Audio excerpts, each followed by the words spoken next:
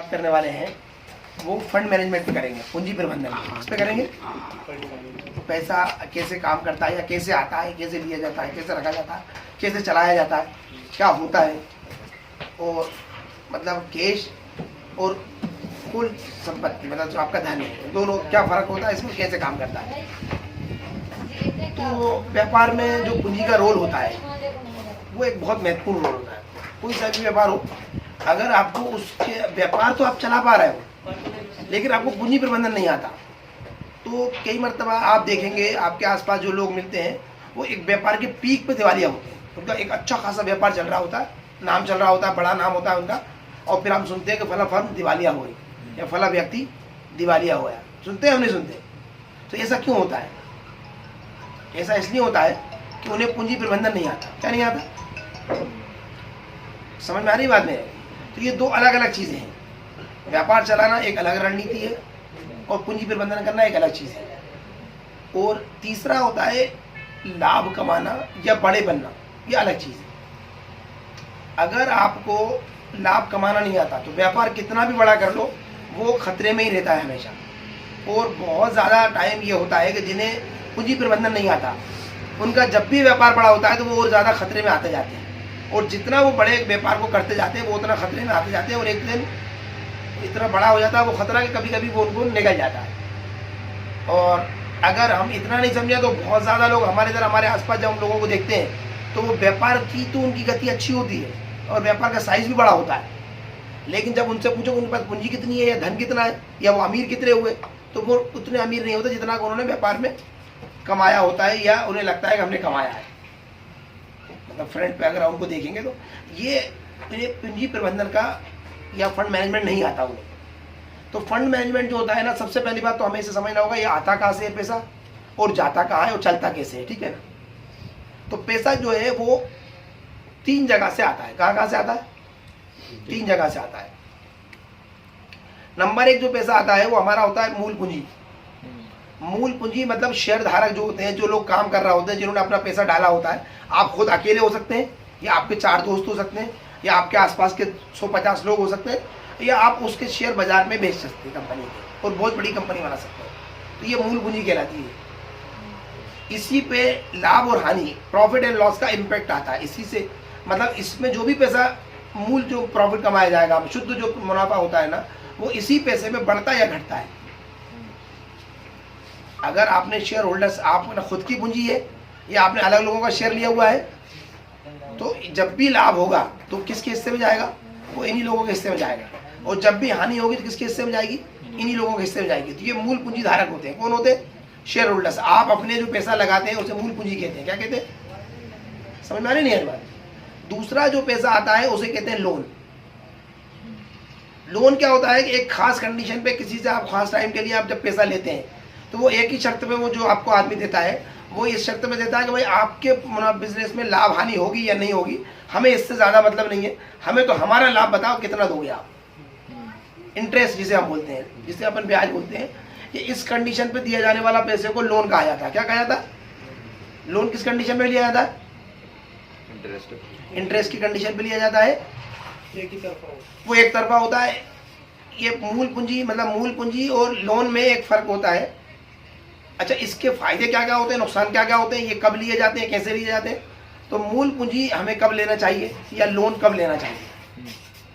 तो मूल पूंजी जो होती है ना, वो जब आप व्यापार शुरू कर रहे हो, जब आपके व्यापार का कैलकुलेशन आपको पता ना हो कि किस टाइप के इसमें खतरे हैं या किस टाइप की आपकी समस्याएं आने वाली हैं या कितने दिन बाद रिटर्न आने वाला है या कितना टाइम लग जाएगा जो रिटर्न नहीं आएगा, आपको जब तक ये पता ना हो, या प्रोजेक्ट आपको बहुत लंबे टाइम का हो या बहुत बड़ा है जो आप काम कर रहे हैं, मतलब लंबे टाइम चलाना है, तो आपको मूल पूंजी डालना चाहिए। क्या डालना चाहिए? खुद के पैसे तो या अपने परिचित लोगों के पैसे या किसी और से, कि भाई जो भी लाभ हानि होगा इसी में होगा। जब हमें किससे पैसे लेना चाहिए? मूल पूंजी धारक से, शेयर होल्डर से, है ना, इन्वेस्टर से, उससे पैसा लगवाना चाहिए। किससे लगवाना चाहिए? क्योंकि आपको नहीं मालूम कि ये बिजनेस कितना बड़ा होगा कि नहीं होगा, कब तक बड़ा होगा। तो इस कंडीशन में अगर आपने लोन ले लिया है और आपका व्यापार थोड़ा सा डाउन चला गया या आपके व्यापार में लाभ नहीं आया या आपका व्यापार जो आपने सोचा था उस तरीके से काम नहीं किया, तो आप लोन के खतरे से दब जाओगे। समझ में नहीं आ रही?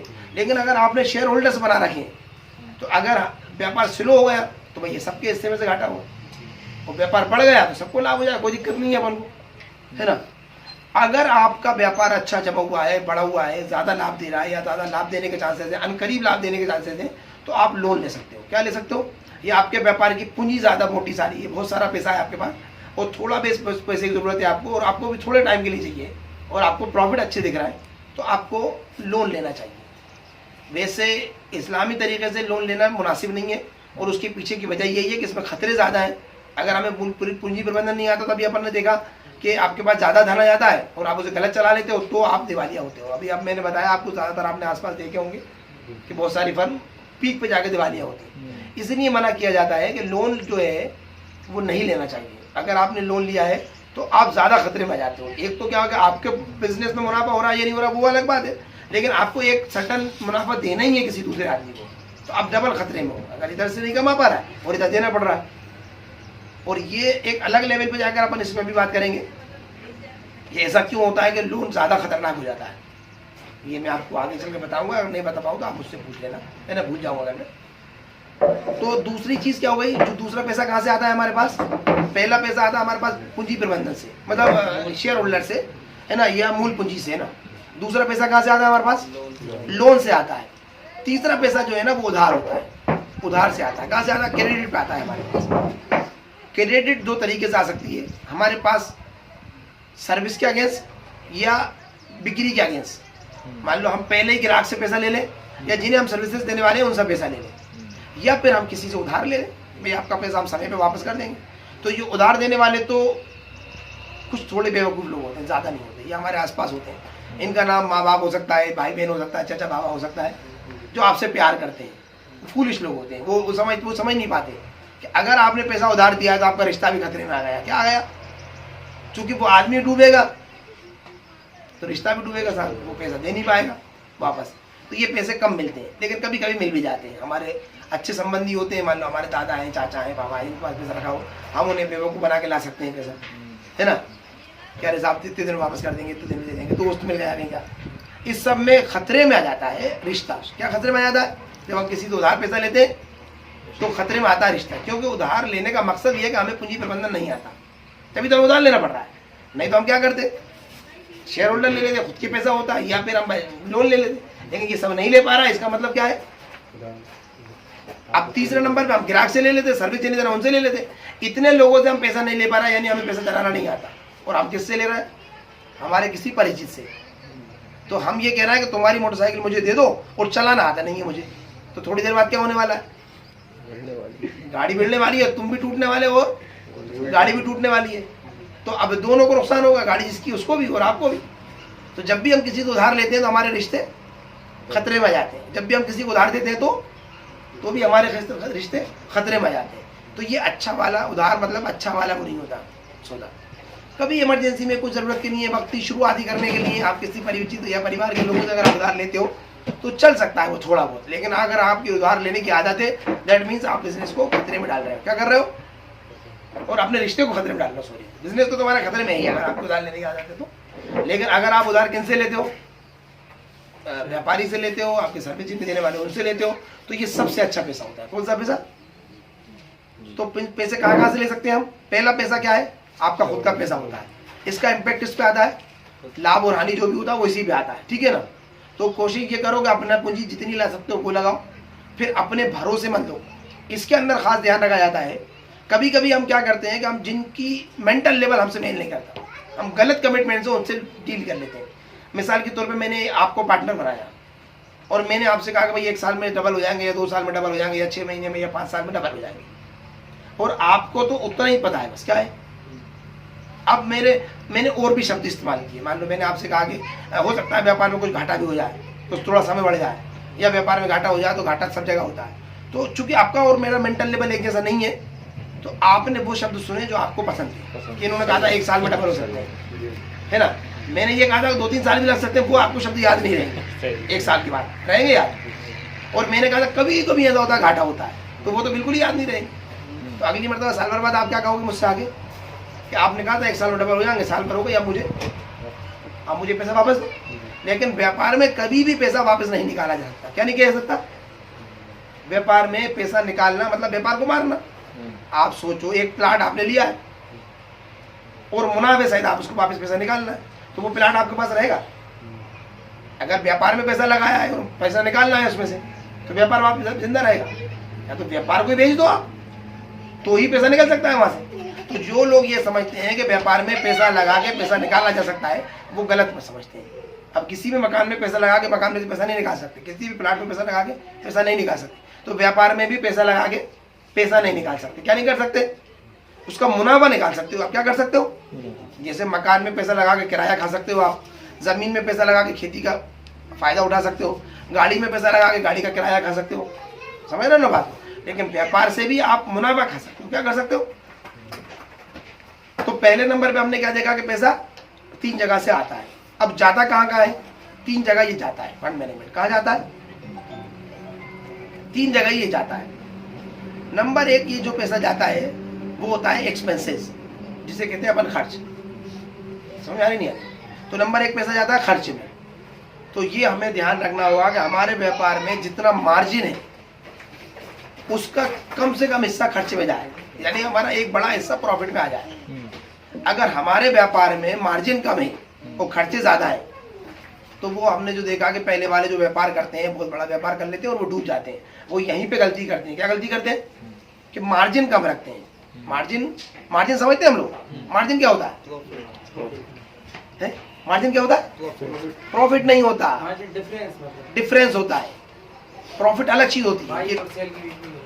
हाँ, बाय और सेल के बीच में जो होता है ना, उसे मार्जिन बोलते हैं। अब इसमें 3 पार्ट होते हैं। मार्जिन के बाद आता है आपका ग्रॉस प्रॉफिट, फिर आता है आपके पास नेट प्रॉफिट, है ना? तो ये अगर हमने मार्जिन को प्रॉफिट समझ लिया तो हम क्या करेंगे? मार्जिन के हिसाब से खर्च करेंगे। मिसाल के तौर पे मैंने इनसे एक डील कर ली, जो शेयर होल्डर है मेरे, तो भाई मैं 100 रुपये का एक आइटम लाता हूँ, 200 का बेचता हूँ, तो 50 मैं आपको दूंगा, 50 मैं रखूंगा मुनाफे में। समझ में आ गया नहीं? अब इसमें क्या हुआ कि 100 रुपये मैंने मार्जिन जोड़ लिया, लेकिन जो मैं 100 का आइटम लाया था उसमें डायरेक्ट एक्सपेंसेस 50 रुपये थे और इनडायरेक्ट एक्सपेंसेस 25 रुपये थे। डायरेक्ट एक्सपेंसेस क्या होते हैं? तो उसको लाने में जो खर्च हुआ, उसे रखने में जो खर्च हुआ, उसको बनाने में जो खर्च हुआ, वो डायरेक्ट एक्सपेंसेस होते हैं। इनडायरेक्ट एक्सपेंसेस क्या होते हैं? आप जिस दुकान में रखे हुए हैं और भी आइटम रखे हुए हैं, साथ में आपने लड़का रख रखा है, लाइट का बिल है, बाकी आपके ऊपर जो खर्च होता है, बाकी जो बाहरी खर्च होते हैं, जो संपूर्ण आपके पूरे व्यापार पे जो खर्च होते हैं, दिखते नहीं है डायरेक्ट। मतलब कपड़ा लाए हम वहां से, तो ट्रांसपोर्ट वाले को हमने 100 रुपये दिए, 50 रुपये दिए, तो वो डायरेक्ट एक्सपेंस है। लेकिन दुकान पे रख रही है तो दुकान का किराया भी दे रहा है, लाइट का बिल भी दे रहा है, लड़के की तनख्वाह भी दे रहा है, तो वो इनडायरेक्ट खर्च कहलाते हैं। तो वो जो नजर नहीं आते। अब हमने क्या करा कि 50 रुपये डायरेक्ट खर्च करे उसमें और 25 रुपये इनडायरेक्ट खर्च हो गए हमारे। अब 75 तो खर्च होगा। इनको हमने कितना देकर रखा है? तो मार्जिन हमारा 100 रुपये था, तो हमने 50 इनको देने का वादा कर रखा है। तो अब क्या होगा? हमारा 50 इनको दे दिए, 25 इंटरनेट खर्च होगा, डायरेक्ट 50 रुपये खर्च होगा, 125 रुपये खर्च होगा, 200 आए थे हमारे पास, तो 100 का आइटम आए तो 25 रुपये और लॉस हो जाएगा हमारे को, है ना? तो देखने में क्या लग रहा है? मार्जिन बहुत सारा है, लेकिन हकीकत में ग्रॉस प्रॉफिट कम था, नेट प्रॉफिट और भी कम था, और हमने डील कर ली मार्जिन के ऊपर। तो हमेशा याद रखो, मार्जिन और प्रॉफिट और नेट प्रॉफिट में बहुत फर्क है। क्या है? समझ में आ गई नहीं आ गई बात? तो प्रॉफिट जानना चाहिए हमें। क्या जानना चाहिए? नेट मार्जिन कितना रखना है हमें किसी भी व्यापार में। हमारे मार्जिन का मतलब ये होता है कि अगर कुछ और भी उलझन आ जाए तो भी आप बचा पाओ। मैं 10 अंडे लेके आता हूँ और 1 अंडे का मुनाफा है, मार्जिन है मेरा। क्या है? 10 अंडे पे 9 अंडों की कीमत में मुझे 10 अंडे मिले। कितने मिले? अब मेरे पास मार्जिन कितना है? 1 अंडे का। रास्ते में लाने में 1 अंडा फूट गया, अब कितना प्रॉफिट हुआ मुझे? कोई प्रॉफिट नहीं होगा। तो मार्जिन समझ में आ रहा है ना? मार्जिन इतना रखना चाहिए हमें हमारे सेल और बाय के बीच में कि अगर कुछ अतिरिक्त हमारे पास नुकसान होते भी हैं हमारे व्यापार में, तो वो बर्दाश्त हो पाए, हमसे काबू में आ सकेंगे। तो मार्जिन, प्रॉफिट और नेट प्रॉफिट हमारे समझ में आ रहा है, ठीक है ना? अब हम बात करते हैं 3 हिस्सों में हमारा खर्च जाता है। तो सबसे पहले कौन सा खर्च होता है? एक्सपेंसेस। व्यापार में जो भी कुछ खर्च होता है, मैं बोल रहा हूँ ना, जो ग्रॉस लॉसेज होते हैं, ग्रॉस एक्सपेंसेस होते हैं किसी भी टाइप के, अब वो चाहे डायरेक्ट एक्सपेंसेस हो, चाहे इनडायरेक्ट एक्सपेंसेस हो, या लॉसेज हो, मतलब हमारा पैसा डूब गया है, तो वो भी मार्जिन में कैलकुलेट होना चाहिए। क्या होना चाहिए? प्रॉफिट तो हम कमा रहे हैं, लेकिन उससे ज़्यादा पैसा हम, क्योंकि हम हाई रिस्क लोन दे रहे हैं, लोगों को उधार दे रहे हैं, तो अब वो पैसा वापस ही नहीं आ पा रहा, तो उधार तो बढ़ता जा रहा है हमारा एनपीए, जो हमें रिटर्न नहीं आने वाला, और हम इन्वेस्टर को देते जा रहे हैं। क्या करते जा रहे हैं? तो हमारी मूल पूंजी कहाँ फंसती जा रही है? उधार की लिस्ट में। किसमें? और वो उधार जो हमारा डूबने वाला है। समझ में आ रही है मेरी बात? तो ये हमें फर्क समझ में आना चाहिए कि मार्जिन हमें कितना रखना है और कितना हमें इन्वेस्टर को वापस करना है। तो एक्सपेंसेस की जब हमारे पास बात आ रही है तो हमें ये जानना होगा कि हमारे कौन कौन से एक्सपेंसेस है। डायरेक्ट एक्सपेंसेस क्या है, इनडायरेक्ट एक्सपेंसेस क्या है, हिडन एक्सपेंसेस क्या है, रिस्की चीजें क्या है जिसको मार्जिन के अंदर कंसीडर किया जाना चाहिए। तो एक्सपेंसेस को हमें समझना होगा। हर एक्सपेंसेस को हम समझ पाएंगे तो जाकर के हम फंड मैनेजमेंट को सही समझ पाएंगे। तो हमें हमारे एक्सपेंसेस को समझना होगा। कितने तरीके के हमारे एक्सपेंसेस होते हैं, कितने टाइप से होते हैं। एक टाइप और मैं एग्जांपल से बताता हूँ। एक मैंने बताया कि आपको उधारी बढ़ जाए, एक एक्सपेंसेस और अपन देख सकते हैं। मिसाल के तौर पे मेरा व्यापार है, एक 30 लाख रुपए का मेरा व्यापार है। कितने का? 30 लाख। अब 30 लाख रुपए के अंदर मेरी 25 लाख रुपए की मशीनरी है और 5 लाख रुपए का मेरा स्टॉक है जिसे मैं ऑपरेट करता हूँ। क्या करता हूँ? अब साल भर के अंत में मैंने देखा कि मैंने कमाए 6 लाख रुपए। कितने कमाए? 6 लाख रुपए मैंने कमा लिए डायरेक्ट। तो मैंने कहा 3 लाख रुपए इनके और 3 मेरे, मुनाफे मारने में। लेकिन जब मैंने उसको बारीकी से किसी से ऑडिट करवाया तो वो ऑडिटर ने आगे मुझसे कहा कि जो आपकी मशीनें पिछले मतलब 25 लाख रुपए की थी, अब इस साल उनकी कीमत 20 लाख रुपए बची। कितनी बची? तो मुझे लाभ हुआ कि हानि हुई? 2 लाख रुपए की। 6 की जगह 1 लाख रुपए मुनाफा हुआ और मैंने इनको कितना दे दिया? 3 लाख। अभी मेरे हिस्से में तो अब मानो पड़ा कि मेरे 2 लाख रुपए उल्टे हो गए। मेरी पूंजी जो 30 लाख रुपए जब कितनी बची इस साल? 28 बची। 25 की जो मशीनें थी अब कितने की बची? और 5 लाख का स्टॉक था वो कितना हो गया? 25। और 3 लाख मैंने मुनाफा जोड़ लिया, कितना होगा? 28। और पूंजी कुल कितनी थी मेरी पिछली साल? 30 लाख रुपए पूंजी थी। बची कितनी? आपके नेट पूंजी कितनी बची मेरी? 2 लाख का घाटा हुआ। 2 लाख का मूल पूंजी में से घाटा हुआ है मुझे। बात समझ आ रही है मेरी बात? तो कभी कभी हम इन्वेस्टमेंट को ऐसे एक्सपेंसेस को हम समझ नहीं पाते। बहुत सारे एक्सपेंसेस हिडन होते हैं जिन्हें समझ में नहीं आते। जैसे डेप्रिसिएशन एक शब्द आया है ना, एनपी एक शब्द आया, इस टाइप के बहुत सारे शब्द होते हैं तो इन्हें हम समझ नहीं पाते। इससे बड़े व्यापार करते करते भी हम घाटे में चलते रहते हैं। क्या करते रहते हैं? बात समझ में आ रही है? जो लोग डूबते हैं, मैं बता रहा था आपको बड़े बिजनेस कैसे डूबते हैं, तो ये ऐसे गलतियों से डूबते हैं, है ना। पहला पैसा कहाँ जाता है? एक्सपेंसेस में। एक्सपेंसेस के और भी भाग है। क्या है? हमें जानना होगा कि हमारा नेट प्रॉफिट का। मैंने बताया कि डायरेक्ट एक्सपेंसेस क्या होते हैं, इनडायरेक्ट एक्सपेंसेस क्या होते हैं, हिडन एक्सपेंसेस क्या होते हैं। हिडन और भी जानना पड़ेगा, बहुत बारीकी होती है। टैक्स प्लान होते हैं, टैक्सेस होते हैं जिन्हें हम कंसीडर ही नहीं करते। बाद में पता चलता है कि आपके ऊपर एक रेट पड़ गई। मान लो हमने व्यापार करते करते 1 करोड़ रुपए कमा लिए। अब 1 करोड़ में 35 लाख मैंने इनको दे दिए, 35 लाख मेरे से मांगा, 30 लाख की मेरी मशीनरी थी। जिस दिन मैं 35 लाख कमा के जब खड़ा हुआ तो मालूम पड़ा 1 करोड़ रुपए के हिसाब से मेरे ऊपर रेट पड़ गई। अब वो टैक्स उन्होंने 40 लाख रुपए लगा दिए मेरे को। ये तो अपना पैसा लेके चलते बने हो। मेरे पास क्या हुआ? इधर मशीनें भी घिस गई मेरी और टैक्स लाइबिलिटी भी आ गई और वो फंस गया। तो ऐसा भी कभी कभी हो सकता है। तो हमें पहले इन सब चीज़ों को कंसीडर करना चाहिए कि कितने टैक्स में जाने, कितना क्या होना चाहिए, क्या है। तो पहले नंबर पे हमारे एक्सपेंसेस को हमें बारीकी से समझना चाहिए, हर एक्सपेंसेस को, और जो नेट प्रॉफिट है उसी के ऊपर बंटवारा होना चाहिए इन्वेस्टमेंट के ऊपर। अब दूसरे नंबर पे आता है आपका इन्वेस्टमेंट। व्यापार को जो नीचे ले जाता है वो एक्सपेंसेस है। जितने ज्यादा अगर आप एक्सपेंसेस में निगाह नहीं रख पाए और आपके एक्सपेंसेस बढ़ गए तो आपका व्यापार नीचे डाउन की तरफ जाएगा। किधर की तरफ जाएगा? व्यापार ऊपर की तरफ जाता है इन्वेस्टमेंट से। कैसे जाता? पहली बात तो इसे समझ लो, 2 अलग अलग चीजें, एक आप और आपका व्यापार। हम सबसे बड़ी गलती यहाँ पर करते हैं कि हम हमारे व्यापार को अपना व्यापार समझ लेते हैं। हम और व्यापार एक हो जाते हैं। क्या हो जाते हैं? और जब हम और व्यापार एक हो जाते हैं तो व्यापार में जो भी कमाते हैं उसे कहाँ यूज करते हैं? हम में यूज करते हैं, अपने आप में। किसमें? मेरी दुकान चल रही है, बढ़िया चलते चलते थोड़े दिन बाद मुझे एक प्लाट पसंद आ गया तो मैं क्या करूंगा? तो पूंजी कहाँ से निकाली मैंने? दुकान में से। इन्वेस्टमेंट मुझे कहाँ करना चाहिए था? दुकान में। मैं क्या कर रहा हूँ? प्लाट में। दुकान का क्या हुआ है? थोड़ा और पैसा कमा लिया, अब काय में लगाऊंगा मैं? गाड़ी चाहिए मुझे, नहीं चाहिए है? तो मैं पैसा निकाल के मैं क्या कह रहा हूँ कि मैं इन्वेस्टमेंट कर रहा हूँ व्यापार में। क्या कर रहा हूँ? व्यापार के इन्वेस्टमेंट निकाल रहे हो आप, व्यापार की जान निकाल रहे हो। तो व्यापार में इन्वेस्टमेंट अलग होता है, आपका इन्वेस्टमेंट अलग होता है। किसका अलग होता है? व्यापार में इन्वेस्टमेंट करोगे तो व्यापार बड़ा होगा। जो पैसा वहीं से निकाला, वहीं कमाया, वहीं लगा दिया। हमने अभी देखा है ना। अब तीसरा होता है ROI, रिटर्न ऑन इन्वेस्टमेंट, जो इन्वेस्टर को दिया जाएगा। अगर इन्वेस्टर वापस ले जाएगा तो व्यापार वहीं रहेगा। अगर आपने 30 लाख की एक फैक्ट्री लगा रखी है और 30 लाख के हिसाब से आपने बराबर हिसाब किताब कर लिया और प्रॉफिट बांट लिया तो बिजनेस कितने का बचा आपके पास? 30 लाख। तो 30 लाख का बिजनेस बड़ा हो जाएगा कभी? पिछले साल भी 30 लाख था, इस साल तो डेप्रिसिएशन अलग है, जो रुपये की वैल्यू गिरी तो उसकी ओरिजिनल जो वैल्यू बची वो 28 लाख की बची, 29 लाख बची। तो व्यापार छोटा होगा अगर आप पूरा पैसा बांटते रहोगे मुनाफे का। क्या करते रहोगे? तो दूसरे नंबर पे हमें किसमें इन्वेस्टमेंट करना चाहिए? बिजनेस में इन्वेस्टमेंट करना चाहिए, ना कि रिटर्न करना चाहिए। रिटर्न करके आपने खुद पे कर लिया, मैंने मूल पूंजी लगाई थी, मैंने पैसा निकाल के काय में लगा लिया, प्लाट में लगा लिया, गाड़ी में लगा लिया, मकान में। ये हमारे इधर हमारे समाज में सारे लोग ये करते हैं तकरीबन। क्या करते? बिजनेस से पैसा कमाते हैं और वो काय में इस्तेमाल करते?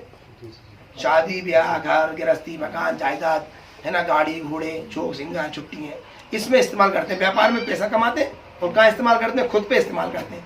और कहते क्या है? इन्वेस्ट कर रहे हैं। या तो भैया बिजनेस में कहाँ इन्वेस्टमेंट कर रहा हूँ? तो बिजनेस डूबेगा कि नहीं डूबेगा?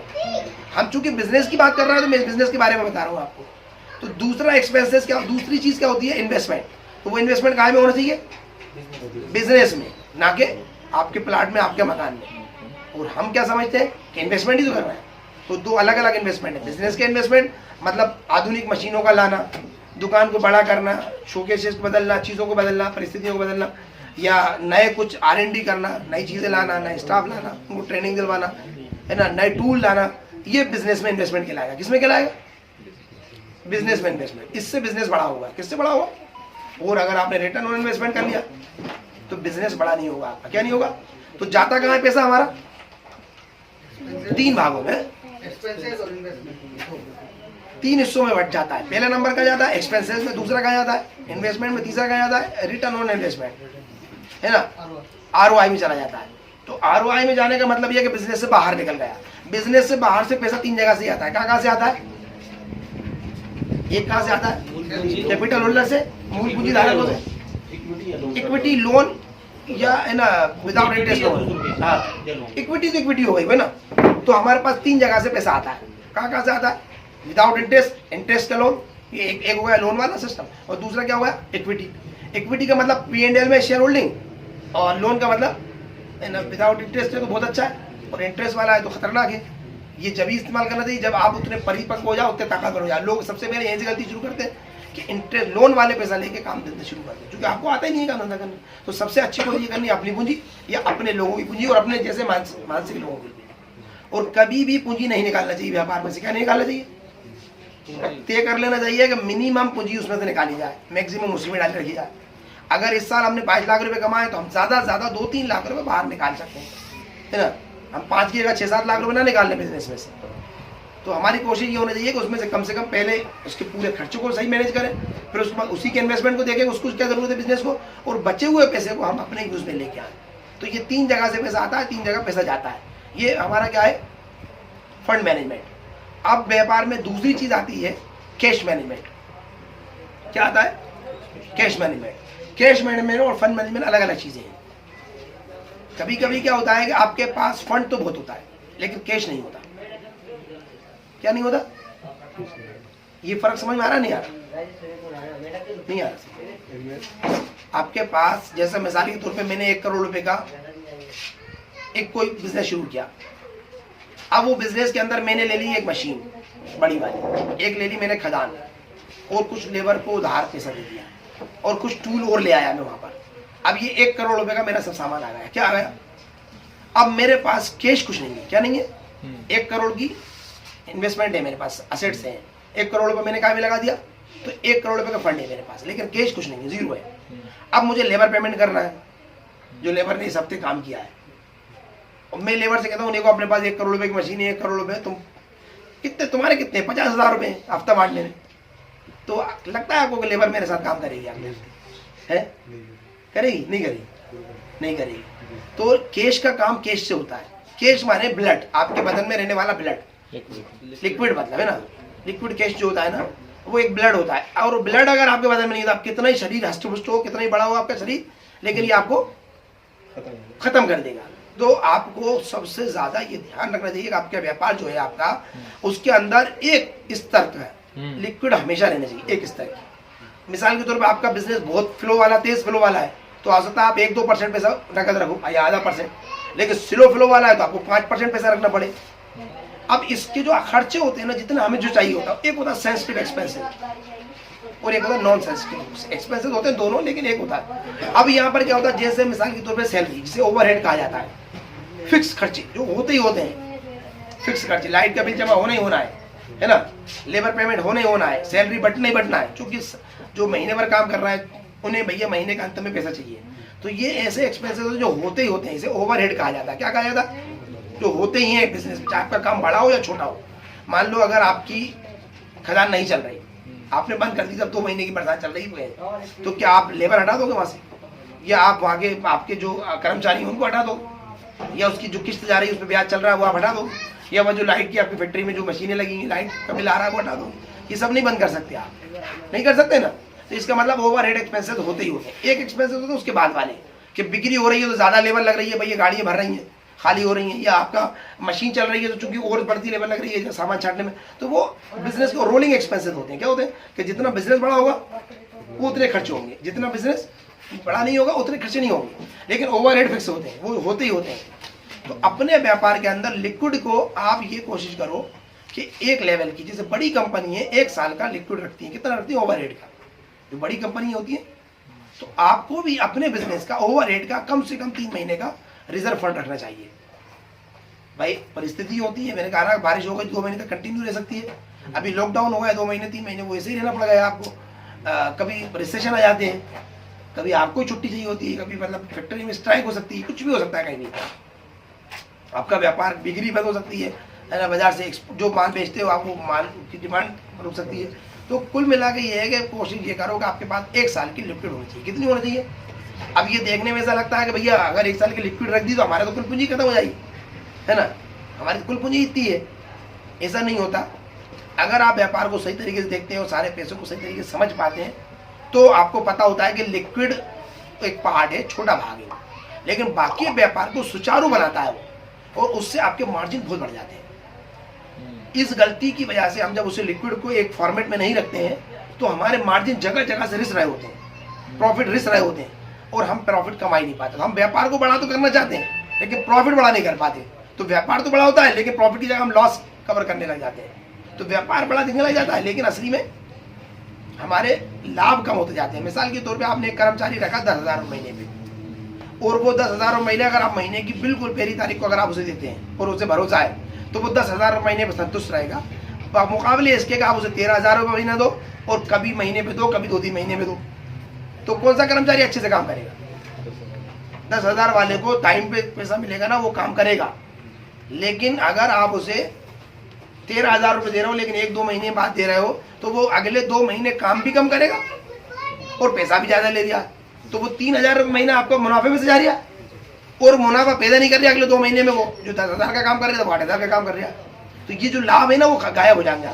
आप कहीं से माल खरीदते हो, आपके पास लिक्विड एट ए टाइम नहीं है, तो आप महंगा खरीदोगे तो वो भी लाभ में से जाएगा, सस्ता बेचोगे तो भी लाभ में से जाएगा। तो ये नेट प्रॉफिट में से पैसे जाते हैं। किस में से जाते हैं आप?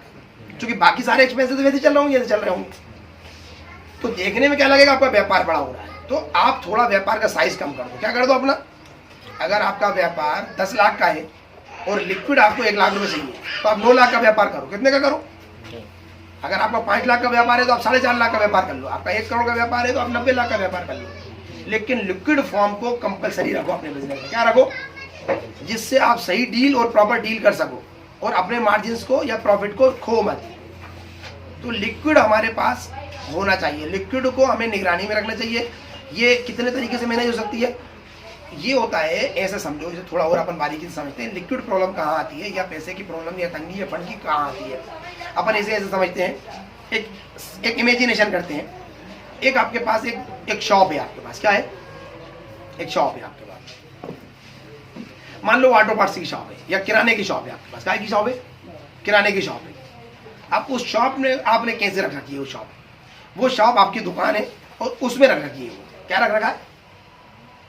दुकान में वो सामान रख रखा है किराने का। अब वो कैसा रखा हुआ है? चूंकि बहुत सारा सामान है, तो उन पे हमने एक के ऊपर एक के ऊपर एक के ऊपर उसे डाल दिया है, सारा सामान एक साथ रख दिया। क्या रख दिया? अब जरूरत पड़ी, उसने कहा भाई साहब तेल, तो आपको क्या करना पड़ेगा? उस ढेर में से ढूंढना पड़ेगा तेल कहाँ है, और उस पूरे ढेर को दूसरी तरफ करना पड़ेगा। तो चलो तेल मिल गया, इतने में दूसरा आ गया भाई साहब शक्कर, तो क्या करना पड़ेगा आपको? शक्कर ढूंढना पड़ेगी। इसके बाद कोई आ गया नमक लेने, तो क्या करना पड़ेगा? नमक ढूंढना पड़ेगा। तो आपको लगता है आप ग्राहकों को अच्छे से अटेंड कर पाओगे, सही से बिक्री कर पाओगे? है नहीं कर पाओगे। और इसी को हमारा दूसरा तरीका होता है कि किराने की दुकान में हर चीज़ को एक अलमारी बना के एक रैक में रख दिया जाता है। भाई नमक यहाँ रखा, तेल यहाँ रखा, माचिस यहाँ रखी है, घी यहाँ रखा, हर चीज़ अलग अलग रखी होती है। तो उसी माल को कैसे उठा के दे सकते हैं हम? आसानी से। तो सेम कहानी पैसे के साथ होती है। जो फंड होता है ना, फंड के साथ भी सेम कहानी होती है। अगर आपने फंड को सही से सही अलमारियों में नहीं रखा तो आपको कैश प्रॉब्लम आने वाली है। क्या करने वाली है? जब व्यापार शुरू करें ना, जब पूंजी का प्रबंधन जब शुरू करें ना, तो जब पूंजी ला रहे हो तभी गौर कर लेंगे कितनी लिक्विड की जरूरत है, कितनी मशीनरी में लगाना पड़ेगा, कितनी हमें किस जगह लगाना पड़ेगा, कितना खर्च करना पड़ेगा। अगर आपके पास ये सेग्रीगेशन नहीं है पहले से, अगर आपके पास ये खाने बने हुए नहीं है, तो आप बड़ा व्यापार नहीं कर सकते, छोटे व्यापार में उलझे रहोगे। हमारे आसपास हमने जब लोगों को देखा तो ये देखा कि हर वक्त लोगों को पैसे की जरूरत है। वो एक ढेर निकालते हैं नमक का, कितने में शक्कर का गिरा गया था, फिर ढेर को हटाते हैं, फिर शक्कर निकालते हैं, इतने में फिर वो घी का आ जाता है ग्राहक, है ना? क्यों? क्योंकि उन्होंने सही जगह रखा नहीं है। अगर आपने पैसा सही जगह रखा हुआ है, जब आप पूंजी जब ला रहे थे तभी उसका सही प्लान किया हुआ है, सही डिपार्टमेंट में रखा हुआ है, सही खाने में रख रखा है पैसे, तो जब जिस पैसे की जरूरत पड़ेगी आप उस पैसे को यूज करोगे। मिसाल के तौर पे अगर आपने पैसा रख रखा है कि भाई जो भी हम बेचेंगे उसका 3% टैक्स लगता है हमारा, तो 3% पैसा कहाँ में डालेंगे हम? टैक्स के उसमें मत। तो जिस दिन टैक्स आएगा उस दिन आपको पैसा इंतजाम करना पड़ेगा, आपके पास पहले से रखा हुआ है। आपने 8% पैसा जो है एक्सपेंसेस के नाम पे रख रखा है, तो 8% पैसा जब आप जब एक्सपेंसेस करना होगा तो आपको पैसा ढूंढना पड़ेगा, है? 40% या 45% आपने पार्टी पेमेंट्स के लिए रख रखा है, क्योंकि आपके बिजनेस में उतना रोल है। तो पार्टी पेमेंट जब करना होगा तो आपको पैसा ढूंढना पड़ेगा, यार कहीं से मंगाओ, यार कहीं से पैसा चाहिए, यार पार्टी आवे यार, ऐसा करना पड़ेगा, है? सैलरी बांटना है, आपने 14% आपने पैसा सैलरी के नाम पे रख रखा, तो जिस दिन सैलरी बांटना होगी उस दिन पैसा ढूंढना पड़ेगा, आपको नहीं ढूंढना पड़ेगा। लाइट का बिल जमा करना, आपने 2% या 1% पैसा उसका रख रखा है। जो भी जिस भी आपके मद अगर आपके बने हुए हैं पूरे व्यापार के, किसके बने हुए, और आपने जैसे ही पैसा आ रहा है सही मदों में रख दिया, तो अपन वो किराने की दुकान में दोनों का फर्क समझ पा रहे हैं अपन, तो व्यापार में आप संतुष्ट रहेंगे, क्या रहेंगे, और इससे आपकी ब्रांड बिल्डिंग होगी, आप पीस माइंड रहेंगे, बिल्कुल शांत दिमाग से काम कर रहे होंगे, हर जगह आप पूरे सही तरीके से आप डील कर सकेंगे और हर डील से आप बेनिफिट पैदा कर सकते हैं। अगर आपने सही समय पे सैलरी दी है तो वो बेनिफिट ले सकते हैं आप कौन से, तो उस कर्मचारी को सस्ती कीमत में रख सकते हैं, ज़्यादा काम में ले सकते हैं। अगर आपने पार्टी को समय पे पैसा दिया है तो पार्टी से अच्छी डील कर सकते हैं, कम भाव में माल ले सकते हैं। अगर आपने टैक्स सही टाइम पे गवर्नमेंट को दिए तो आपका ब्रांड बिल्डिंग में सरकार की सपोर्ट से कई पैसा डूबने का खतरा कम रहेगा, क्योंकि आपने ना जो भी मद हैं अगर आपने प्रॉपर चीज़ें दी हैं और प्रॉपर रखा है तो आपको पैसे के इंतजाम में नहीं लगना पड़ेगा, पैसा सही जगह रखा हुआ। तो फंड कैश फ्लो कैसे चलता है?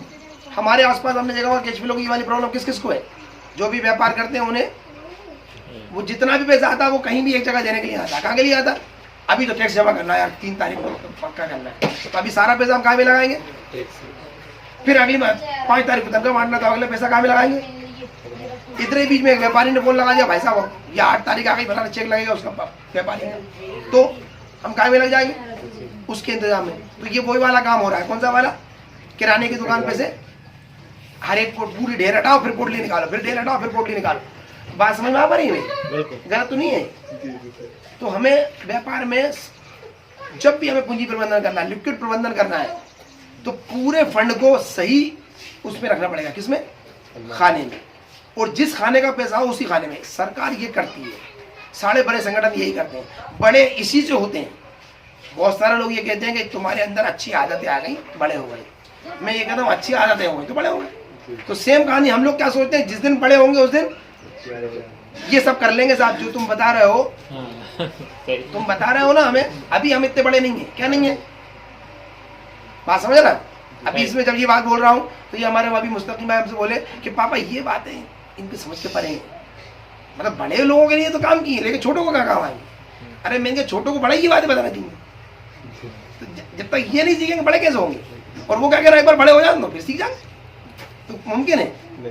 तो आपके पास जो 100 रुपये आ रहा है ना, अगर आपको 100 रुपये बांटना नहीं आ रहा तो 1 लाख रुपये भी आपको बांटना नहीं आएगा, और 10 लाख भी नहीं आएगा, और 1 करोड़ भी नहीं आएगा। बात समझ में आ रही नहीं आ रही मेरी? तो अगर आपको 100 रुपये बांटना आता है सही, तो आप 1000 बांट सकते। सरकार का बजट जब पेश होता है तो आप लोगों में से लोगों ने पढ़ा होगा, पेपर में आता है, तो रुपया बनता है वहां पर। बजट ये बोलता है रुपया आएगा कहां से और जाएगा कहां। कितने पैसे बनाते हैं वो 100% बजट बनाते हैं। कितना बनाते हैं? खरबों रुपया होता है, लेकिन वो 1 रुपये में डालते हैं, यानी 100% या 100 पैसे है क्या। वो कहते हैं कि आबकारी से 8% आएगा, यानी 8 पैसे आएंगे। रेवेन्यू से हमारे पास 22% आएगा, फलाने डिपार्टमेंट से हमारे पास इतना आएगा, इनकम टैक्स से इतना आएगा, फलाने टैक्स से इतना आएगा, फलाने टैक्स। तो वो आय के पूरे बजट मद होते हैं, किन किन मदों से आएगा और फिर जाएगा किन किन मदों में। शिक्षा के मद में इतना जाएगा, सुरक्षा के मद में इतना जाएगा, हेल्थ के मद में इतना जाएगा। तो वो उनके खाने बने हुए होते हैं, किन खानों से आएगा और किन खानों में जाएगा, और उन खानों के अंदर खाने बने हुए होते हैं। शिक्षा के मद में जब हम जाके देखेंगे तो शिक्षा के इंफ्रास्ट्रक्चर में 30% जाएगा, शिक्षा के ऑपरेशन में इतना जाएगा, उच्च शिक्षा में इतना जाएगा, निम्न शिक्षा में इतना जाएगा। ऐसे होता नहीं होता। तो बड़ी संगठन, बड़ी कंपनी, बड़े देश या छोटे भी देश, ये सब क्या करते हैं?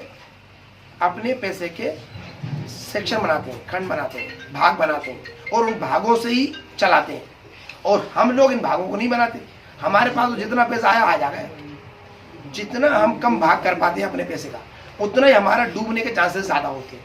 मिसाल के तौर पर जब हम लोग ज़मीन लेते थे या लेते हैं अभी भी, तो जितना पहले ज़मीन मालिक से ज़मीन ले ली और फिर बाद में जो पैसा ग्राहक से लिया वो अपना है। अब जब ज़मीन मालिक का देने का नंबर आया तो पैसे ही नहीं। तो हमारे जितने झगड़े हुए आमतौर पर वो यही हुए, क्या हुए? हमने भाग नहीं करा कि ये पैसा जो आया है इसका 80% ज़मीन मालिक का है, अपना तो 20% है या 30% है। तो अगर हमने पहले ही भाग कर लिए होते तो ज़मीन मालिक का समय पर ज़मीन पहुंच जाता। अभी हमारी जितनी भी कंपनियों की समस्याएं मिलती हैं रियल एस्टेट में और भी जब तो वो यही होता है कि जो भी पैसा आया वो 100% किसी भी जगह यूज़ करते हैं। हम क्या करते हैं बोले साहब, गलत बता रहा हूँ? तो हमें क्या करना होगा कि लिक्विड को या हमारी फुल फंड को सेग्रीगेट करना होगा। और देखने में ये लग सकता है अरे यार अभी तो हमारे पास अभी के देने का नहीं है, तो भाई अभी जो इमरजेंसी आई है उसको कैसे दें? तो ये सब ऐसे काम नहीं करता। ये काम करता है आपकी आदतों से, आपकी जानकारी से, आपकी सजगता से। अगर आप तय कर लेते हैं कि नहीं मैं आने वाला सारा फंड को ही मुनज़्ज़म करूंगा, क्या करूंगा, अभी आपको इमरजेंसी है तो आप किसी व्यापार को थोड़ा छोटा करके कर सकते हो। एक मशीन में सकते हो, सामान में सकते हो, एक आइटम कम ला सकते हो, है ना, एक कोई काम को कम कर सकते हो जिससे कि आपके बजट सही हो जाए। मिसाल के तौर पे आपके पास एक कॉलोनी है, उसमें से आप 5% माल को आधी कीमत में ले सकते हो, 2.5% आगे आप लिक्विड से हो जाएगी। क्या हो जाएगी? देखने में 5% चला, 2.5% नुकसान हो गया, लेकिन ऑपरेशन में जब आप धीरे धीरे कमाओगे तो सकता है 10% कमा लो 2.5% के बदले में। तो मूल पूंजी और पहली बात। दूसरी बात ये होती है कि हम पैसा जब ही लेते हैं जब हमें देना होता है। एक गलती तो ये होती है कि हम पूरी ताकत से फैला देते हैं व्यापार में, जितना भी फंड होता है ना वो सबको फैला देते हैं और फिर बाद में कहते हैं कैसे ऑपरेट करें, क्योंकि हमारे पास इतना पैसे ही नहीं। तो पैसा ज्यादा कम नहीं होता। 1 लाख वाला भी ये समस्या से जूझ रहा है, 1 करोड़ वाला भी ये समस्या जूझ रहा है, 10 करोड़ वाला, 100 करोड़ वाला भी इसी समस्या से जूझ रहा है। तो पैसे की कमी से आती सी समस्या नहीं है ये वाली हमारी जानकारी का अभाव से है ये वाली परेशानी। समझ में आ रही है मेरी बात? अगर 1 लाख वाले को ये समस्या आ रही होती, जिस दिन उसके बाद 2 लाख हो जाते तो ये समस्या खत्म हो जाती। 2 लाख वाले को 10 लाख के टाइम में खत्म हो जाती, 10 लाख वाले को 1 करोड़ के टाइम में खत्म हो जाती। तो इसका मतलब अगर 1 करोड़ वाला इस समस्या से जूझ रहा है तो भी 10 लाख में भी जूझ रहा था, 1 लाख में भी जूझ रहा था, 10 लाख के टाइम भी जूझ रहा था। तो जिसकी आदत ऐसी है कि जो भी पैसा आएगा वो कहीं हम यूज करेंगे तो वो उसमें बदलाव नहीं आ सकता। तो आपको आदत बदलना पड़ेगी। तो नंबर 1 क्या करना है आपको? थोड़ा व्यापार थोड़ा सीमित कर लो, थोड़ा कम कर लो, लेकिन व्यवस्थित करो। बिल्कुल क्या करो? हर बड़ी कंपनी, बड़े लोग, जो बहुत बड़े लोग होते हैं ना, वो टैक्स प्लान को बिल्कुल योग्य रखते हैं। हम तो जिसको सोचते भी नहीं है, इसलिए हम काम बड़ा नहीं कर पाते, क्योंकि हमने बड़ा प्लान ही नहीं करा अभी साहब, है ना। तो आप जब 100 रुपए का भी काम करो ना तो भी बड़ी सोच से करो, सबको सेग्रीगेट करो, व्यवस्थित रूप से करो। और देखने में छोटा लग सकता है लेकिन वो बहुत बड़ा है। क्या है ये? जब हो पाएगा जब आप शुरू में ऐसा करोगे। तो नंबर 1 आप व्यापार को थोड़ा छोटा कर सकते हो।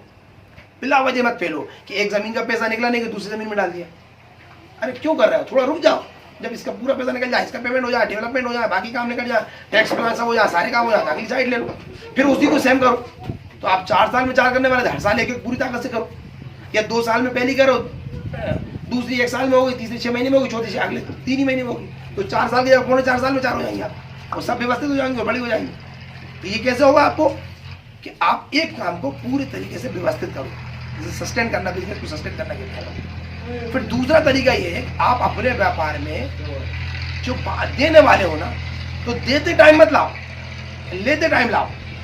जैसे हमारी साइडों पे मैं देखता हूँ, मैं किसी भी साइड पे बोल देता हूँ, मान लो अभी मुझे जो साइड पे मैंने बोला कि मुझे 25 लाख रुपए चाहिए यार इस 15 दिन में, तो 25 लाख रुपए ला के देंगे, क्या कर देंगे? और मैं कहूँगा मुझे कुछ नहीं चाहिए, वो नहीं लाएंगे। तो समस्या वहाँ ये नहीं है कि पैसा नहीं है वहाँ पर, समस्या ये है कि देना नहीं है उन्हें। क्या नहीं करना? हम एक गलती यहाँ भी ये करते हैं, क्या करते हैं कि हम उगाही या वसूली या बिक्री पे ध्यान कब केंद्रित करते हैं? जब हमें जरूरत होती है। तो पहला तो काम को थोड़ा छोटा कर ले। अगर आप काम को पूरा करना है तो आप अपने आप को इतना सही रखें कि जहां से जब भी जितनी वसूली चाहिए या जितनी कर सकते हो या जितनी बिक्री कर सकते हो उसमें पूरी ताकत से लगे रहो।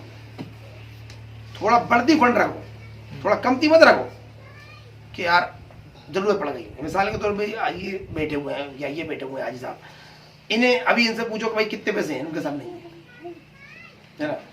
अभी यार इनसे कहोगे 5 लाख रुपए की एक इमरजेंसी आ जाए इनके ऊपर अभी यार क्या परसों तक अपन चाहिए ये, तो ये परसों तक उसी व्यापार में से निकाल लाएंगे कहीं ना कहीं। लेकिन अगर नहीं आएगी इमरजेंसी तो परसों तक आएंगे आपको, क्यों नहीं आएंगे? क्योंकि हमने उसको चुना ही नहीं है कभी। हम तो जब जरूरत पड़ती है जब ही निकालते हैं। कब निकालते हैं? तो दूसरी मिस्टेक हमारे पास ये होती है, पहली व्यापार को फैलाते हैं बिला वजह फालतू, और दूसरी बात यह कि हमें जब जरूरत होती है तभी निकालते हैं, इसलिए फंड को सेग्रीगेट नहीं कर पाते हैं। क्योंकि जब इमरजेंसी आती है, जब समस्या बन के खड़ी हो जाती है, तभी हम उधर से खींचते हैं और निकाल देते हैं। अगर हम उसी को सही मदों में निकालते रहे, सही समय पे निकालते रहे, तो सही मदों में रखते जाएंगे। तो हो सकता है कि शुरुआती दौर में एकदम से ऐसा ना हो पाए, लेकिन अगर आप अपनी आदत बनाओगे तो पहले आप 25% को सुधारो। पूरे 100% मदों को सही नहीं कर सकते आप, तो 25% तो अपनी मदों में रख दो कि भाई ये प्रॉपर्टी वाले का पैसा है 10 लाख रुपया आया, 2.5 लाख तो रख दो। पूरे मेरे 70 लाख तो 2.5 तो रखो अभी, है ना। ये टैक्स के हैं 10,000 रुपये, 2,500 रुपये रख दो। ये तनख्वाह के हैं भैया 30,000 बढ़ती है, 7,500 रुपये रख दो। तो 25% पैसे को सही करो, फिर अगली मरतबा 50% को कर लो। चूंकि 25% आपके पास रिजर्व होगा तो 25 की ताकत लगाना पड़ेगी आपको। फिर अगली मरतबा 75% कर दो, एक दिन आपका 100% हो जाएगा। कुछ समय में हो जाएगा, 2 महीने, 6 महीने, साल, जो भी आपके बिजनेस की रोलिंग है वो एक समय सीमा के अंदर वो पूरा कर देगी। फास्ट रोलिंग तो हफ्ता 2 हफ्ते में कर लो, थोड़ी स्लो रोलिंग तो 1-2 महीने में कर लो, और ज्यादा स्लो रोलिंग मतलब रियल एस्टेट जैसी तो आप 6 महीने में से कर सकते हो। और एक मरतबा इसे सही कर लोगे तो ये जिंदगी भर आपके बिजनेस को, आपको और सबको बढ़ाएगा और प्रॉफिट को बढ़ाएगा आपको। तो पैसे का कैश फ्लो कैसे रखना है? हमें कैश फ्लो पे निगाह रखना है। अगर कैश फ्लो खत्म होता है या खतरे में आता है तो आपका व्यापार पूरा डूबता है। आपके पास फंड फ्लो कितना है इससे फर्क नहीं पड़ने वाला, आपकी संपत्ति कितनी है, पूंजी कितनी है इससे फर्क नहीं पड़ने वाला। तो व्यापार खतरे में कब आता है? जब आप लिक्विड की निगाह नहीं रखते। लिक्विड को एक आपको फॉर्मेट में रखना चाहिए, फ्लो में रखना चाहिए। कुछ स्टॉक कम कर लो, अननेसेसरी स्टॉकों को मत रखो, अननेसेसरी एपेक्स कोपेक्स मत लगाओ, कैपिटल को इन्वेस्टमेंट मत करो अननेसेसरी। जैसे मिसाल के तौर पे होता क्या है कि भाई मेरी दुकान अच्छी खासी चल रही है, मैंने बहुत लोगों को इस पर मरते हुए देखा है। बढ़िया दुकान चलते चलते दुकान चलने लगी, खूब चलने लगी, फिर उनका मूड हुआ ये दुकान खरीदे हैं, उन्होंने दुकान खरीद ली। अब नहीं चल रही दुकान, क्यों नहीं चल रही? किसी ने बांध दी, किसी ने वो कर दिया, खुद ही बांध दी, खुद नहीं बांधी। जो 25 लाख रुपए व्यापार में चल रहा था वो 25 लाख रुपए अपने दुकान में लगा दिए, उन्हें देना पड़ रहा था 25,000 रुपए किराया, यहाँ पर 1 लाख रुपए पड़ लिया हमारे, है ना। अब 75,000 मैंने काटा, और पहली बात तो पूंजी कम कर ली, वो 75,000 मैंने खर्चा बढ़ा लिया। अब मालूम पड़ा पूंजी शॉर्ट होने लग गई, माल कम होने लग गया, दुकान चिड़चिड़ाने लगे, ग्राहकों पे माल नहीं है तो ग्राहक भागने लगे। अब गिरा क्या, है ना, या मकान बना लिया, ये शादी कर ली, समझ रहे। तो कैपेक्स मत करो बिजनेस में, ओपेक्स ऑपरेशन कॉस्ट पे चलाओ बिजनेस को। किस पे चलाओ? बिना वजह दुकानें खरीदना, बिना वजह फैक्ट्री खरीदना, बिना वजह जमीनें खरीदना, ये मत करो। सही व्यापार में सही जरूरत के हिसाब से पैसा लगाओ। व्यापार निवेश आपको करना, निवेश के हिसाब से करो, व्यापार को मत करो कि व्यापार में निवेश, व्यापार के निवेश करो। व्यापार में ऑपरेशनल एक्सपेंसेस, व्यापार के निवेश क्या होते हैं? Operational expenses. ये आपके निवेश हो सकते हैं, आप अपनी दुकान ले लो, अपना मकान बना लो, अपनी चीजें बना लो, वो कर सकते हो आप। क्या कर सकते हो आप?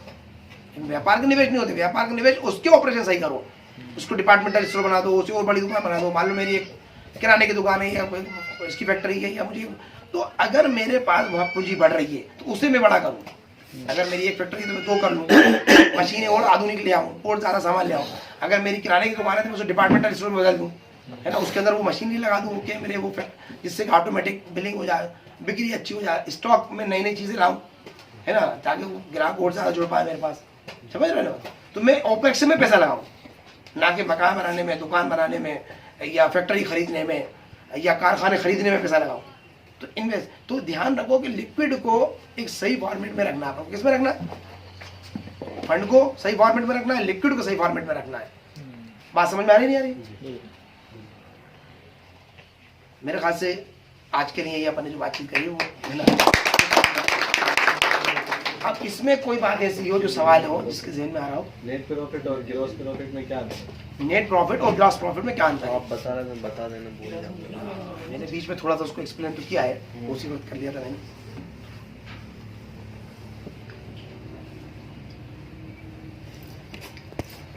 क्या जो अभी एक बताया मौली साहब ने कि मार्जिन क्यूमुलेटिव होता है बिक्री और खरीदी के बीच में। किसके बीच में होता है?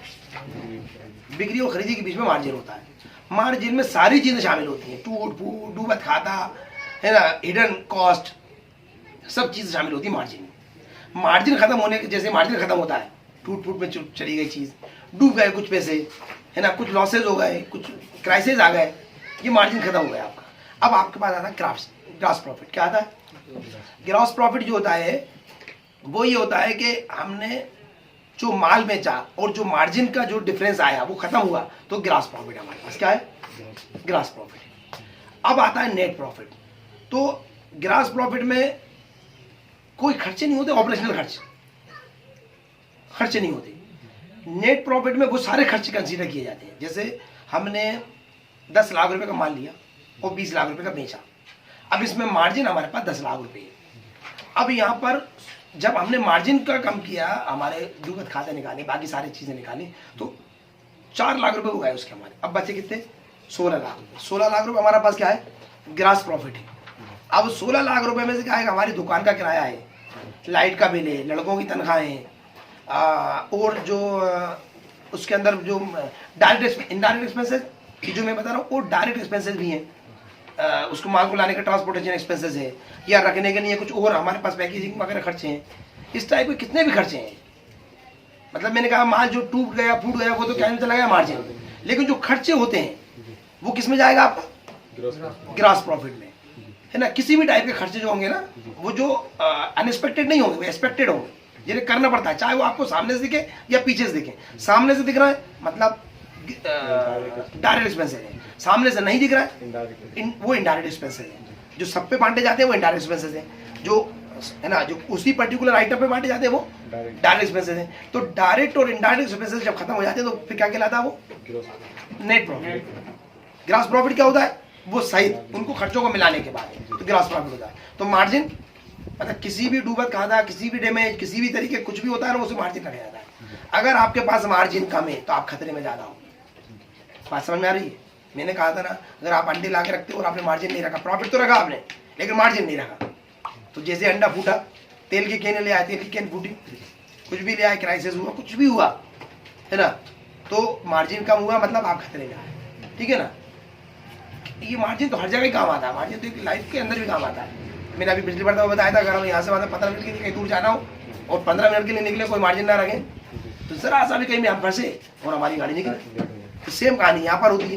तो मार्जिन तो हर जगह के लिए होता है। कहाँ के लिए होता है? मार्जिन रख के आपको कोई भी काम करना चाहिए। मैंने कहा कि व्यापार में मार्जिन रख के काम करना चाहिए कि 3 महीने 6 महीने का हमारे पास लिक्विड हो, है ना, चीज़ों को। अब लिक्विड में इसको थोड़ा सा अकाउंटिंग की भाषा में मैं थोड़ा समझाता हूँ। क्या होता है कि एक होता है short term investment, short term आपका लेनदारी, एक होता है लॉन्ग टर्म। तो व्यापार में आपके पास लिक्विड नहीं है तो लिक्विड के समान जो पैसा होता है ना, वो ऐसा होता है कि व्यापारी से लेना है हमें, ये भी लिक्विड की फॉर्म में, दुकान में लगा हुआ वो नहीं है, स्टॉक है वो नहीं है, लेकिन लेनदारी है जो इमीडिएट आने वाली है उधारी। ये हमारे पास गोल्ड रखा हुआ है, या हमारे पास शेयर्स रखे हुए हैं, तो इससे कहते हैं 1:2 के रेशो में आपके पास होना चाहिए। जितनी आपकी देनदारी है, जितने लोगों को देना है, मतलब तनख्वाह बांटना है, लोगों को उधार देना है सबका, तो उससे दुगना आपको लेना होना चाहिए, तो आपका एक व्यापार अच्छे रूप में चलता है। लेकिन हर व्यापार का ये अपना अपना होता है, आपको जानना पड़ेगा कितनी फ्लो होना चाहिए, कितनी तरीके होने चाहिए। इस पे आप जितने अवेयर होंगे, जितना ध्यान देंगे, वो धीरे धीरे समझ में आएगा। तो नेट मार्जिन, नेट प्रॉफिट और gross profit, margin, gross profit और नेट प्रॉफिट। नेट प्रॉफिट के बाद जो डिस्ट्रीब्यूशन के लिए अपन पैसा बांटते हैं, उसका भी एक और रूप होता है, जैसे टैक्स, विदाउट टैक्स या विद टैक्स। अब जैसे आपने नेट प्रॉफिट आपको कमाया 10 लाख रुपये, कितना कमाया? अब इसे कहते हैं बिफोर टैक्स है या आफ्टर टैक्स है, ये 10 लाख रुपये। अब आपने सब कमा लिया, सारे खर्चे दे दिए, सब कुछ दे दिया, अब आपके पास बच गया 10 लाख रुपए। तो अब ये डिस्ट्रीब्यूट करना है, तो ये बिफोर टैक्स है कि आफ्टर टैक्स है? अगर ये बिफोर टैक्स है तो 10 लाख रुपए है, और अगर हमें आफ्टर टैक्स करना है तो हमें इसमें से 30% इनकम टैक्स देना पड़ेगा, या 10% या 15%, तो हमारे 1.5 लाख रुपए टैक्स में चलेगा। तो अभी आफ्टर टैक्स कितना बचेगा हमारे पास? 8.5 लाख। तो ये एक और आगे चला जाएगा, एक कदम आगे, ठीक है ना। ये बहुत डीप जाके हमें और समझना पड़ेगा, लेकिन ये 3 चीजें बुनियादी मोटी मोटी समझना चाहिए हमें। एक मार्जिन होता है, दूसरा प्रॉफिट होता है, तीसरा नेट प्रॉफिट होता है। तो नेट प्रॉफिट को प्रॉफिट मानना चाहिए, और उसके बाद भी है ना टैक्स पेड उसको बांटना चाहिए। हम लोग मार्जिन में बंटवारा शुरू कर देते हैं कि मैं साइकिल लाऊंगा 3,000 रुपए की, 3500 की बेचूंगा, 250 तुम्हारे, 250 मेरे, है ना। या मैं कपड़ा लाऊंगा, या मैं बैग लाऊंगा इतने के। जब भी हम किसी इन्वेस्टर को लाते हैं, कैसे लाते हैं? मार्जिन के बलबूते में ले आते हैं। तो ग्रॉस प्रॉफिट और नेट प्रॉफिट तक आते आते हमारी कमाटे हो जाती है। तो हम कहते हैं यार कमाते तो होते हैं, लेकिन पता नहीं जाता कहाँ है। हमारे व्यापार इससे डूबते हैं। किससे डूबते हैं? ठीक है, कुछ और सवाल किसी के दिमाग में? किसी भी चीज को सेल करने में मार्जिन कितना रखना चाहिए? मार्जिन कितना रखना चाहिए? ये उस बिजनेस के नेचर पे डिपेंड करता है। मैंने कहा एक अंडे का काम है, एक प्लाट का काम है। तो प्लाट में तो ऐसा कोई खतरा नहीं है कि वो फूट जाएगा, है ना। लेकिन अंडे का तो है ना, अलग अलग व्यापार है, सब व्यापार का अपना मार्जिन होगा। लेकिन मैं आपको बताऊं, आमतौर पर जो बड़ी कंपनियां काम करती हैं वो कैसे काम करती हैं? वो 3 भागों में बांटती हैं किसी भी बिजनेस के, अपनी पूंजी मतलब बिक्री को 3 भागों में बांटती हैं। वो एक भाग लगाती है उस प्रोडक्ट की कॉस्ट, दूसरा भाग लगाती है ऑपरेशनल कॉस्ट, और तीसरा भाग रखती है प्रॉफिट। 3 हिस्सों में बांटते हैं। वो कितने में बांटते हैं? 3 हिस्सों में बांटते हैं। मिसाल के तौर पे अगर उन्होंने जूता बनाया है 2000 रुपए का, तो कितने का बेचेंगे? 6000 रुपए का। तो 2000 रुपए का क्या करेंगे? भाई 2000 में तो कॉस्टिंग हो गई। अब 2000 रुपए का क्या करेंगे? ऑपरेशन कॉस्ट होगी। शोरूम बनेगा, डीलर को देना पड़ेगा, डिस्ट्रीब्यूटर को मुनाफा देना पड़ेगा, है ना, ब्रांड एस्टेब्लिशमेंट करने का करना पड़ेगा, एडवर्टाइजमेंट खर्चे होंगे, दुनिया भर के जो उनके खर्चे होंगे, पैकेजिंग बनेगी उसकी, डब्बे बब्बे बनेंगे, सब पे कितना खर्च करेंगे? वो 2000 रुपए। तो भैया रिटेलर को वो 600 रुपए देंगे उस जूते में मुनाफा, या 800 रुपए देंगे, या 1000 रुपए देंगे। 6000 का जब जूता बेचेगा तो 1000 रुपए मुनाफा चाहिए नहीं चाहिए उसे? होलसेलर को देंगे, ये 300 तू भी ले, तो 1300 रुपए चलेगा। पैकेजिंग के लगाएंगे वो 200 रुपए, अच्छी क्वालिटी की पैकेजिंग देंगे, 6000 में बिकेगा, तो हो गए 500 रुपए, 1500 रुपए। अब भैया ब्रांड एस्टेब्लिशमेंट करना है उन्हें, तो हाई फाई चीजें, सर्विसेज, क्वालिटी सब खर्च करेंगे, तो 500 रुपये उसमें खर्च करेंगे, 2000 रुपये ऑपरेशन कॉस्ट निकलेंगे। अब बचे 2000 रुपये, ये 2000 रुपये क्या है? मार्जिन। अब इस मार्जिन में से वो क्या करेंगे? वही 500 रुपये इनके भी वो डूबल खा के चले जाएंगे किसी भी टाइप के। अब बचे 1500 रुपये। अब ये ग्रॉस प्रॉफिट है, इसमें से 500 रुपये एक्सपेंसेस हो जाएंगे, बचे 1000 रुपये, ये नेट प्रॉफिट के लाएगा, इसमें टैक्स के पैसे चले जाएंगे, फिर उनको बचेंगे 600-700 रुपये, 800। समझ में आ रही है बात? तो शुद्ध मुनाफा जो होगा वो इतना होगा। तो देखने में आप लोगों को क्या लगेगा, 2000 का जूता 6000 में बेच रहा है, तो 2000 का जूता 6000 में नहीं बेच रहा है। लेकिन सबको जिंदा रखना है, सारे स्टेक होल्डर को जिंदा रखने के लिए वो 6000 में बेचेंगे। हम जैसे लोग क्या करते हैं, 5 रुपए का समोसा बनाया, 5.5 में बेच दिए। अब मालूम पड़ा रहा दुकान बड़ी कर, बर्तन नहीं मांज पा रहा है, लड़का अच्छा नहीं रख पा रहा है, होटल की सफाई नहीं करवा पा रहा है। क्यों? क्योंकि तुम उसी कॉस्ट पे तो बेच रहे हो, तो खुद का ही पेट पालना मुश्किल हो रहा है। अच्छा लड़का रख कहाँ से पाओगे? कल हम एक शोरूम पे गए, बढ़िया एक खूबसूरत मतलब एक बढ़िया पढ़ा लिखा बंदा, उन्हें जूते बनाए बार बार, तो सब्जी वाले पे उनका पहले नहीं आप हम थे वो जूते हमें उन्हें जो 3000 रुपये के थे वो 6000 6000 6500 कितने दिए? तो 3500 उन्हें सर्विस दी हमें। क्या दिया? समझ आ रही नहीं यार? तो वो उसकी कॉस्ट तो 2000 रुपये थी जो 6000 में दिया, या 3000 रुपये का 2500 रुपये कास्ट होगी, 7500 रुपये वो बेच रहा है जूता मान लो, या 8000 का बेच रहा है, तो उतने का कर रहा है। लेकिन वो सारे खर्चे काय में जोड़े? उन्होंने उसी में जोड़े। वो शोरूम वाले को भी मुनाफा देना है, उनको लड़कों को तनख्वाह भी अच्छी वाली देना है, वो लड़के सर्विस भी अच्छी दे पाएंगे। तो हमें हमारे व्यापार में मार्जिन को इतना रखना चाहिए कि बाकी सारे स्टेक होल्डर जीते हुए महसूस करें। अगर आप जो भी काम कर रहे हो इतने कम मुनाफे पे कर रहे हो कि तो फिर आपका व्यापार बड़ा तो नहीं हो सकता। क्या नहीं हो सकता? ना वो खड़ा रह पाएगा ना बड़ा रह पाएगा। और अगर वो धोखे से बड़ा हो गया तो आप तो बड़े नहीं हो पाओगे, और फिर जिस दिन आप बड़े नहीं हो पाओगे, जिस दिन भी खतरा आएगा तो वो डूबेगा और आपको भी साथ में डूबेगा। 25 साल कॉम्पिटिशन जैसे कोई चीज नहीं होती। कॉम्पिटिशन हमारे दिमाग में होता है। काय में होता है? वो क्यों होता है? क्योंकि हम किसी की नकल कर रहे होते हैं। अगर आप किसी के जैसा काम कर रहे हो तो एक व्यापार में एक आदमी काम कर रहा है, आप भी काम करने लग गए कोई वाला, तो आप में कॉम्पिटिशन हो जाएगा। अगर वो कोई काम कर रहा है उसी में जो काम की कमी है वो आप करने लगा तो दो अलग अलग यूएसपी हो जाएंगे। इसको अपन ने शुरू वाले सेशन में किए थे, इस बारे में बात की थी अपन ने, शायद याद हो नहीं हो, है ना? की थी नहीं की थी? रेड ओशियन और ब्लू ओशियन ये रहता है। इसमें क्या रहता है, जैसे मिसाल के तौर पे एक बाजार है, उसमें मोबाइल की एक दुकान खुलती है। क्या खुलती है? और खूब चलती है वो। तो दूसरा बंदा आता है, इसकी दुकान वो चल रही है, तो अपन भी एक मोबाइल की दुकान खोल लें, तो वो भी खूब चलती है। लेकिन आधे ग्राहक इधर आ जाते हैं, तो 50% ग्राहकी हो जाती है। और कंपटीशन जो रहता है 40% मुनाफा रह जाता है। तो उसके जो 100 रुपये मुनाफा हो रहा था, कितने होगा उसके मुनाफे में? 40 रुपये। तीसरी दुकान और खुल जाती है वहीं पे, दुकानें तो अच्छी चल रही हैं। तो तीनों के पास ग्राहक कितने पड़ते हैं? 33%। मुनाफा वो 10% का 20% गिरा लेते हैं। अब मुनाफा और कम हो जाता है तो ऑपरेशन कॉस्ट में नुकसान जाने लगता है। चौथी दुकान हो रही जाती, तो कुल व्यापार 25% बचा एक के पास। खर्चे निकालने के बाद उल्टा होने लगा, क्योंकि मार्जिन भी कम कर लिया और बिक्री में मुनाफे कॉम्पिटिशन हो रहा है। तो चारों मर मरेंगे नहीं मरेंगे। और इसी को दोबारा देखते हैं अपन, एक मोबाइल की दुकान बहुत अच्छी चल रही है, आप आए उसके बाद भाई साहब एसेसरीज में कर लूँ, क्योंकि आपकी मोबाइल की दुकान है, मैं क्या की दुकान खोल लेता हूँ, मैं एसेसरीज बोलता हूँ, मैं कार्ड है फलाना है ठिकाना, इतनी चीजें रहती हैं, चार्जर है दुनिया भर की चीजें। तो उसकी दुकान बढ़ेगी घटेगी? अरे वहीं से अपन चार्जर भी ले लेंगे या कार्ड लगवा लेंगे और वहीं से मोबाइल खरीद लेंगे उसके पास में से। तो इसका व्यापार 110% हो जाएगा और तुम्हारा व्यापार भी जिंदा हो जाएगा। तीसरे वाले का भाई साहब मैं एक काम करता हूँ, सिम और रिचार्ज का काम शुरू कर देता हूँ, तो उसका नुकसान होगा, इनका नुकसान होगा। ये दोनों सपोर्ट कर रहे हो उसे, करेंगे नहीं करेंगे? चौथे ने रिपेयरिंग की दुकान खोल ली, भाई साहब इतने मोबाइल आते हैं, इतनी चीजें आती हैं, इतने चार्जर आते हैं, इतनी बैटरी आती है, मैं यहीं पे रिपेयर करने लगूंगा। तो चारों, तो कंपटीशन जब होता है जब आप किसी काम की नकल कर रहे होते हो। अगर आप यूएसपी के साथ अपनी सोच से काम कर रहे हो कि क्या है जो यहाँ नहीं है, जो मैं दूंगा, तो आपको किसी से कॉम्पिटिट नहीं करना पड़ता। सही है गलत? कंपटीशन ऐसा नहीं होता, कंपटीशन ऐसे ही होता है। और हर एक व्यापारी की अपनी यूएसपी होती है। आप जूते लेने जाते हो, आप जूतों की दुकानों का हर कंपनी आपको एक जैसी लगेगी, लेकिन जब उन कंपनियों को गौर से देखोगे तो किसी के पास कंफर्ट शू होंगे, किसी के पास स्टाइलिश शू होंगे, किसी के पास ड्यूरेबल शू होंगे, किसी के पास स्ट्रॉन्ग शू होंगे। मतलब जूते तो सभी के पास होंगे, लेकिन हर एक का अपना यूएसपी होगी। आपको जो चाहिए होंगे वो आप लेने चले जाओगे, लगाने के बाद जाओगे आपको सस्ते और अच्छे और मजबूत चाहिए होंगे, है ना। लेकिन नहीं किसी फैंसी शोरूम पे चले जाओगे तो वो स्टाइलिश और डिजाइनर और महंगे होंगे। देखने में जूते ही हैं, दोनों कंपनी जूते ही बेच रही है, लेकिन दोनों का अलग अलग यूएसपी होगी। तो ये चारों मोबाइल की दुकानें दिख रही होंगी लोगों को, यार सारी मोबाइल की दुकानें वही हैं, लेकिन वो मोबाइल की दुकान नहीं होंगी, चारों अलग अलग दुकानें होंगी। तो ऐसा होता है, ठीक है। कोई और सवाल? वसीम भाई कोई सवाल? एक चीज और रिपीट होने की है कि ज्यादातर लोग ये समझते हैं कि वो मतलब इन्वेस्टमेंट करते हैं, वो दूसरी जगहों पे करते हैं। जो अभी बात आई, वो अपनी चीजों पे इन्वेस्टमेंट नहीं करते। कर दिया था व्यापार में इन्वेस्टमेंट नहीं करते, वो कहते हैं इन्वेस्टमेंट करो। हाँ देखो मैंने आपको बताया ये दो चीजें हैं अलग अलग, एक आप हो और एक आपका व्यापार है। वैसे भी अगर आप देखते हो तो आपकी फर्म के नाम का अलग रिटर्न जमा होता है और आपके नाम का अलग रिटर्न जमा होता है। आपकी कोई सी भी कंपनी होगी ना तो उसका आपको पैन कार्ड बनाना पड़ता है, वो एक इंडिविजुअल आइडेंटिटी के टाइम पे नाम से यूज होती है। वो उसका खुद का पैन कार्ड होता है, उसका नाम होता है। तुम्हारे फर्म का नाम क्या है? Flying sky.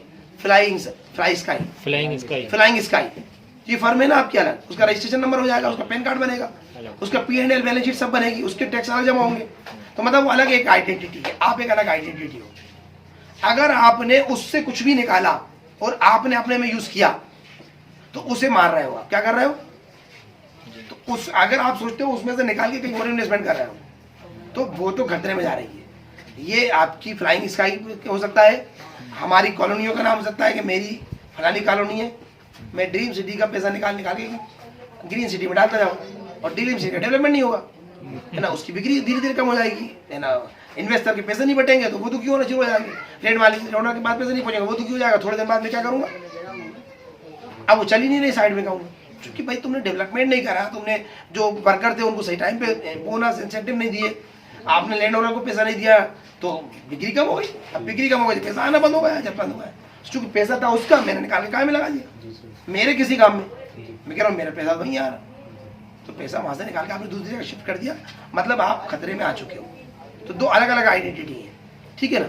वो मोदी साहब चलेगा जिनने सवाल किया था, वो तो क्लियर हुआ कि नहीं, वो क्योंकि उनका फोन आ गया, रिकॉर्ड हो गया। उनके लिए नहीं कर रहा था, सवाल कॉमर्स सवाल था। मगर इस बात को बहुत अच्छे समझ ले, आप जो व्यापार कर रहे हैं उसमें से पैसा निकाल के कहीं भी इन्वेस्टमेंट करना, कम से कम उसे तो मारना है।